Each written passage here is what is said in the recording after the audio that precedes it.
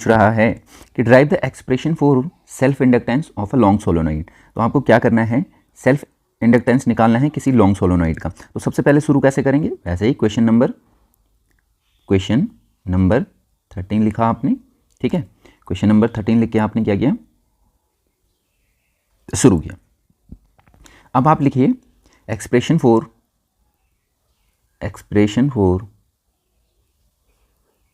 Self inductance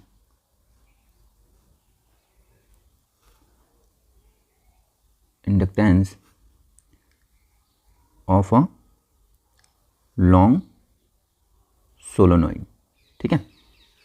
देखिए क्या होता है, सबसे पहले तो हमें पता है जो सोलोनॉइड होता है उसका आपको डायग्राम बनाना पड़ेगा, ठीक है। एक सोलोनॉइड है और इसमें n नंबर ऑफ टर्न्स हैं, ठीक है। इसका लेंथ l है, ओके। और इसमें कोई आपने बैटरी कनेक्टेड की है और यहाँ पे आपकी टैपिंग की लगी हुई है, ठीक है।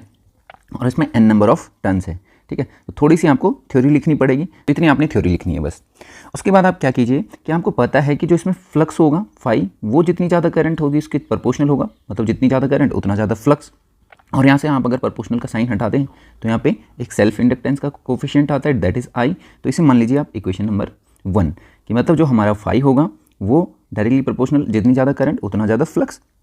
और यहाँ से अगर आप प्रोपोर्शनल हटाएंगे तो एक कांस्टेंट आएगा, दैट इज़ एल, और इसे बोलते हैं हम सेल्फ इंडक्टेंस का कोफिशिएंट, ठीक है। अब देखो हमें पता है, वी नो दैट कि जो हमारा टोटल मैग्नेटिक फ्लक्स होता है, टोटल मैग्नेटिक फ्लक्स होता है यानी कि फाई ऑफ एम, वो कितना होता है, बी ए कॉस थीटा। तो आपको पता होगा बी ए कॉस थीटा। और जो ये थीटा कॉस थीटा होता है ये किस किस के बीच का एंगल होता है, मैग्नेटिक फील्ड और एरिया वेक्टर का। तो जब हमने सोलोनॉइड बनाया था तो हमारा मैग्नेटिक जो फील्ड का डायरेक्शन होगा वो इस डायरेक्शन में होगा। और अब देखो जो लास्ट में हमारा एरिया वेक्टर होगा इस सोलोनॉइड का, तो ये परपेंडिकुलर होगा, तो ये इस टाइप में एक सर्कल सा बन जाएगा। और इसका मैग्नेटिक फील्ड का एरिया वेक्टर का डायरेक्शन भी क्या होगा, इसी डायरेक्शन में होगा। तो एरिया वेक्टर और मैग्नेटिक फील्ड का डायरेक्शन दोनों क्या है, एक ही डायरेक्शन में है। मतलब तो जब दोनों एक डायरेक्शन में है तो कॉस थीटा कितना हो जाएगा, 0, और कॉस थीटा कितना होता है, 0 होता है। अब देखिए यहाँ पे ये था सिर्फ एक टर्न की बात, जब एक टर्न होता है, लेकिन यहाँ पे नंबर ऑफ टर्न्स क्या है, n। तो आप यहाँ पे क्या लिख दीजिए, फॉर्मूले में n लिख दीजिए। तो आपके पास जो बचेगा वो बचेगा फाई m, और कॉस थीटा एज हमारा क्या है, 0 है, तो ये बचेगा n b a। तो this is your second equation, इतना आप ध्यान रखिए। उसके बाद देखो हमें एक इक्वेशन ध्यान रखनी है जो होती है कि मैग्नेटिक फील्ड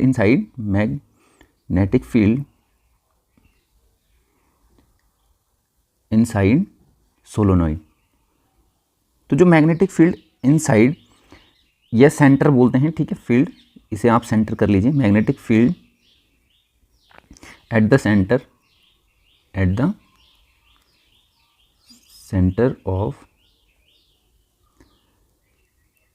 सोलोनॉइड, ये क्या होता है, बी म्यू नॉट एन आई। अब देखिए जो एन है ना यहाँ पे, वो क्या है, हमारा number of turn per unit length. तो number of turns upon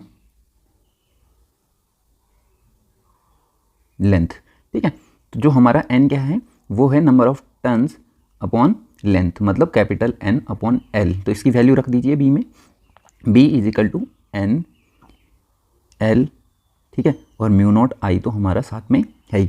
this is your equation number 3। अब आप क्या कीजिए, इस b की वैल्यू को इक्वेशन नंबर 2 में पुट कर दीजिए, यहाँ पे पुट कर दीजिए। तो आपका जो टोटल मैग्नेटिक फ्लक्स होगा यानी फाई होगा, वो क्या होगा, यहाँ पे पुट करने के बाद n आपका है, ठीक है।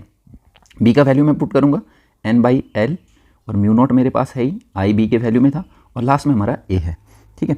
तो यहाँ से मेरे पास क्या बचेगा, जो आपका फाई होगा वो आएगा n का स्क्वायर, ओके, ठीक है, और n का square mu naught I a, और अपॉन में आपका क्या है, l है ही, ठीक है, अपॉन में आपका l, ठीक है।